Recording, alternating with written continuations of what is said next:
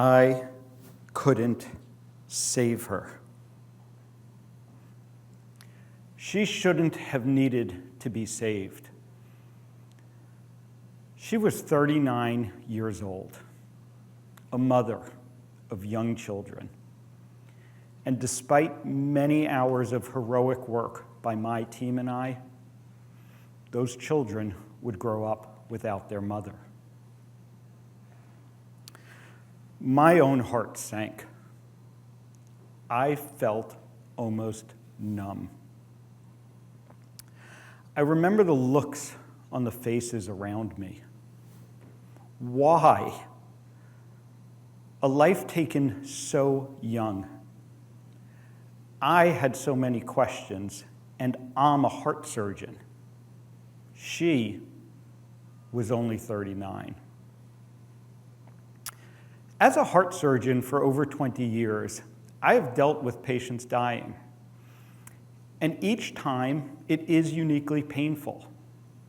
But this time was different. This time, I was acutely aware of how the medical system had failed, how the system had failed her. This time, I couldn't accept failure as an option. It was time to create change for more than one patient. It was time to ignite change for all patients. In the aftermath, I thought about all the times she could have been saved. Before she ended up on my operating table with a devastating cardiac problem, how many times the indications that she was at risk were ignored. Obesity, high blood pressure, diabetes, conditions that have become so common that they are accepted as normal. I also thought about the 600,000 people that die every year in the United States from heart disease, the #1 killer in the US for each of the last 70 years. But unlike some diseases, oftentimes this is 100% preventable. If it is, why haven't we done something about it? Why does someone in the US have a heart attack every 40 seconds? Because we have been fixated on the wrong ideas about what causes heart disease. Because we have been too focused on how to treat heart disease instead of how to prevent it. So instead of performing surgery on the solution, we find quick fixes by putting Band-Aids on the symptoms. And while we have gotten better at keeping people with heart disease alive longer, we also see heart disease occurring in younger and younger patients. Having been in the operating room for 2 decades and seeing thousands of patients lying on my operating table, I believe we must go above and beyond treating people for heart disease when they are already sick. We must do better at preventing heart disease from occurring in the first place. We must address the underlying cause of heart disease, poor metabolic health. Would you believe it if I told you that success would actually mean seeing less patients? According to a recent study, 88% of the adults in the United States are not in optimal metabolic health. 7 of the top 10 causes of death, including heart disease, are associated with poor metabolic health. Yet, we have little to no education in our daily lives about what it means to be metabolically healthy. Insulin resistance, one of the hallmarks of poor metabolic health, has repeatedly been shown to be the top risk factor for the development of heart disease. Despite this, insulin resistance and metabolic health rarely enter the conversations that doctors have with their patients about heart disease treatment and prevention. Where are those conversations happening? The answer, they're not.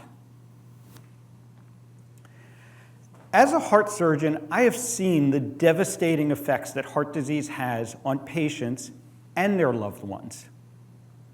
But one patient that I had a deep connection to shaped my entire perspective on how I want to change the narrative.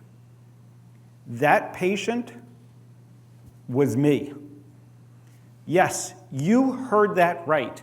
This heart surgeon was dangerously standing next to his own operating table. My own table. This time, it's personal. As a young child, I watched my grandmother suffer with and ultimately die from heart disease. And as I became morbidly obese and developed prediabetes, I was concerned I would end up just like her. I was attuned to the fact that I was traveling down the same path that so many of my patients had followed. And I, like so many of them, felt powerless to change my direction. Always easier said than done. We know what needs to happen, yet that first step seems almost insurmountable. It was only when I learned to overcome my own health challenges that I realized empowering people to understand metabolic health will be the pivotal key to preventing heart disease and keeping people off my operating table. As I realized that we can reverse and prevent chronic disease, it redefined what I see as possible. Now, I want you to join me in imagining what the world will be like when we eliminate heart disease as a major cause of death and disability. When it is no longer the norm to spend the last half of your life on an ever-increasing number of medications and instead can remain vibrant and active throughout our later years. When we can expect to be able to keep pace with our grandchildren and our great-grandchildren, who themselves are no longer burdened by the skyrocketing rates of obesity and the childhood development of metabolic diseases like type 2 diabetes. And as I stand here today, having lost 100 pounds, I want to inspire and challenge each of you to take charge of your health. I implore you to learn how to assess your metabolic health and how to improve it. It does not have to be complicated or out of reach. First, start by eating whole, real food. Real health isn't about restricting, it's about rethinking what we eat. Eat the things that grow in the ground, and eat the things that grow in the ground. If your great-grandparents weren't eating it, you probably shouldn't be eating it.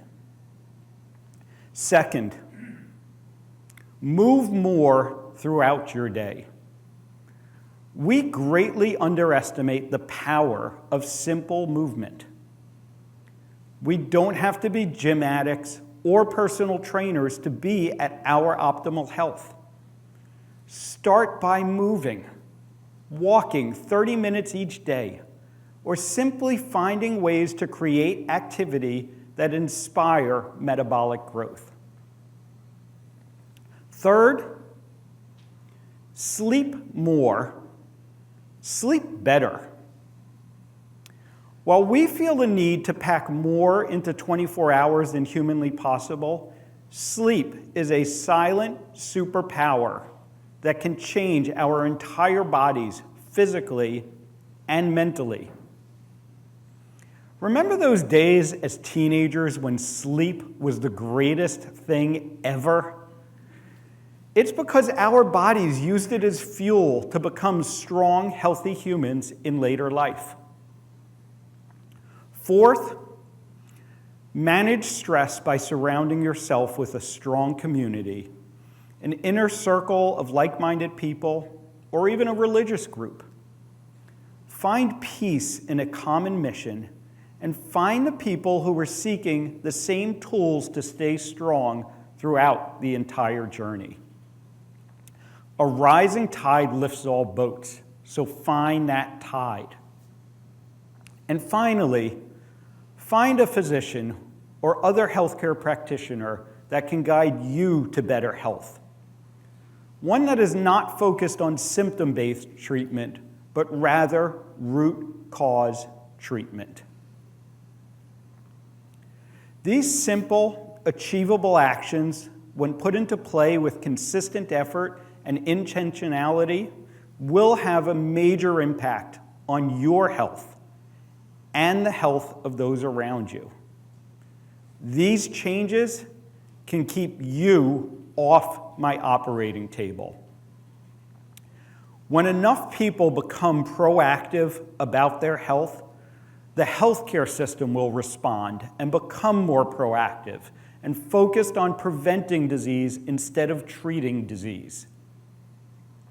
As people learn and demonstrate that they can remain healthy and vibrant throughout the majority of their life, we will reduce our need for chronic care. We can redirect billions of dollars currently spent on treating chronic illness. And when people are empowered to manage and optimize their health, we will become less dependent on the pharmaceutical industry and will no longer be enslaved by the food industry pushing ultra-processed food that keeps people hungry and fails to supply the nutrients needed to support optimal health. I can't go back and prevent that unfortunate 39-year-old woman from ending up on my operating table. But I can empower each of you to stay off my operating table. Start with yourself. Take those simple yet bold actions that will change your mindset. That positive mindset will lead to new behaviors which will then become habits.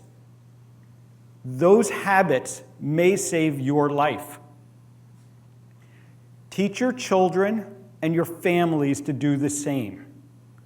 Let's break those generational cycles of unhealthy living and thinking and take back control of your health. Whether you're 39 or 99, it's the heart that matters most. And then ask yourself this question: whose life will you save next? Thank you.